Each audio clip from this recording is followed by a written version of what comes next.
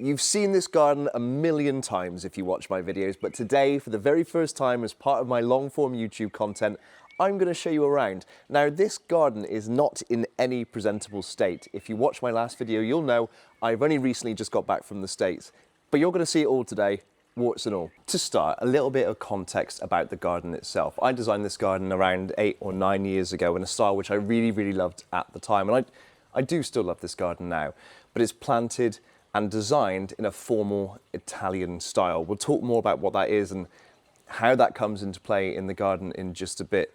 But the garden has evolved a lot over the last, I think it's 4 years now, since I've been making the short video content. I've had to, out of necessity, bring in more plants that maybe wouldn't normally sit in that styling to talk about them, to teach about them, to make those short videos. So I'm really lucky now that I have a garden where I can kind of talk about pretty much all the major principles of gardening. If we start at the top, so we're on the deck here right now, this is where I keep all my tropicals. So Carna lilies just here, you can see the banana plants just behind me as well. I've got a grapevine that runs up this pergola, which is mixed in with trumpet vine and wisteria all at the top to make this wonderful canopy there. A little bit of a problem with the grape because I don't often harvest them, so the pigeons love to come down, eat them, and then deposit them back all over the furniture. So that's a real treat come autumn. But yeah, really happy with this space. It does need, like I said, it does need some tending too though. As we come down, you get a bit of an idea of the work that already needs to start happening. So this wisteria, as you can see, is already pretty big, and these whips are already starting to come out. It is still flowering, but it is starting to go over. It won't be long until it's time to do the summer prune. If you don't summer prune your wisteria, I do highly recommend it. Number one, it's going to control the shape and size. It's going to allow more air to get into the plant. But also, if you do it at the right time, you can get a second bloom. It's not going to be as vigorous as that initial first burst, but it really can be worth it. Coming over here, there's another job that needs to be done. Now, this is the pole that the trumpet vine weaves its way up. Down here, I've got climbing roses. These are David Austin's. I can't remember exactly what they are, but these all need to be tied in. Again, getting your tying in right is really important because you're not going to choke the plant. A lot of people tie the plant just to the support, and ultimately as the plant grows, the stem thickens and you end up choking the plant. So if you're going to do that with a figure of 8. And again, come back for another long form video while we're doing that job.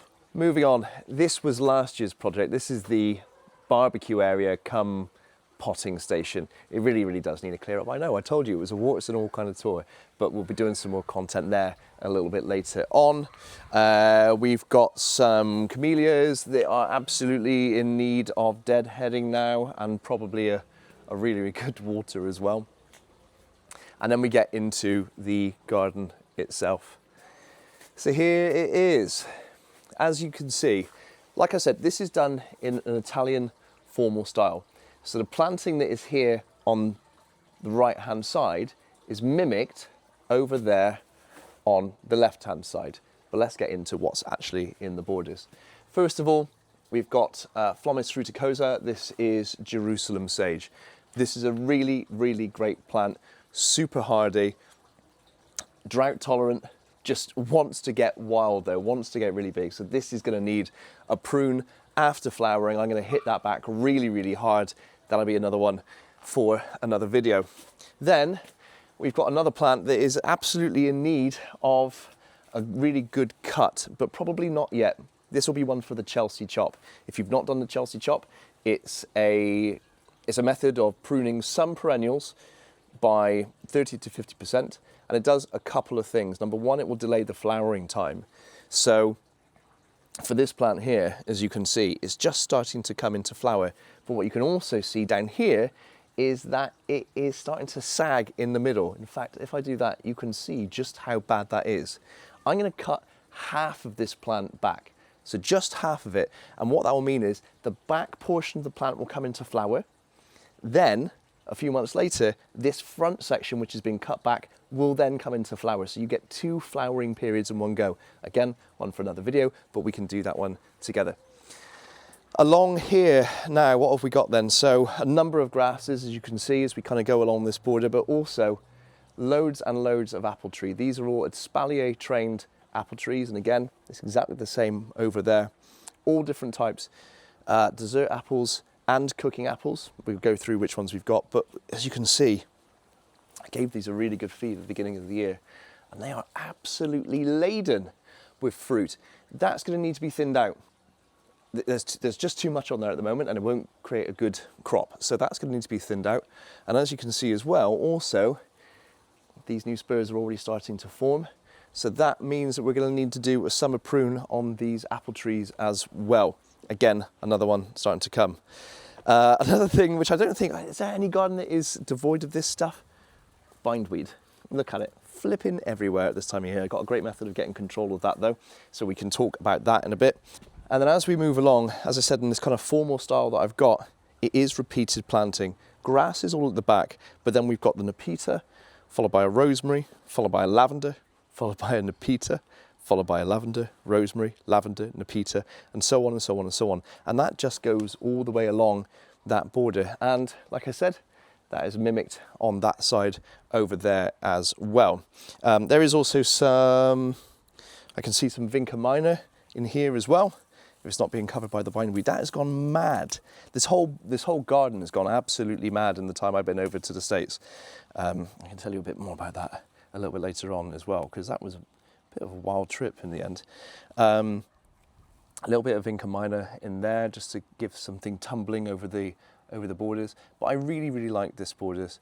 I think the grasses are probably getting a little bit too bullish in some places, so maybe that might have to be thinned down. I do also absolutely know this grass does need a cut. It also needs to be reseeded and some patchwork in some places as well. There's a really, really great method for doing that in creating a seed slurry. If you've never done that for your garden, it works wonderfully every single time. People complain about it drying out and not germinating, or birds coming down and eating the seed. This is the one kind of thing that I've found works every single time. Oh, also I can see it's a bit more clear on the right-hand border as I'm looking at it right now. But there's also some Agapanthus in there, which is going to give that height at the back as they come into flower. And some few other bits. I'm sure we'll find some other bits, but there's lots and lots to do around here. As we move up the garden, we've got these 2 olive trees in pots. These are really, really old. They were salvaged from an olive grove, you know, a couple of years ago when I first put this place together. Again, these are going to need a little bit of work. If you come over here and have a look with me, they've come out of winter and they're looking a little bit ragged, especially this one over here. I mean, there's a lot of leaves. You can just see through the whole thing. Giving that a really good prune, it's going to look sparse for, I don't know, 5-6 weeks, but that every single year that will come back and it will look absolutely fantastic. People often worry about pruning olive trees, but you've got to remember they don't suffer from dieback at all. So as long as you prune them just above the bud, you can shape them how you like, and everything that's going to come off at that point is going to give you 3 new shoots. Also, just coming down here, look at this rose. Again, that's another rose that's supposed to be trailing up that post there. But it's gone absolutely wild. So again, another job that's going to need to be done. As we come down the garden now, we get towards the back.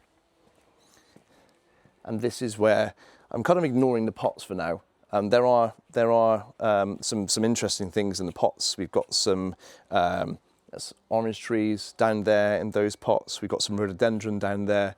But as we get over here, and again, this is mimicked on the other side over there, we've got a load of hebes, and then we've got these W cordon pear trees.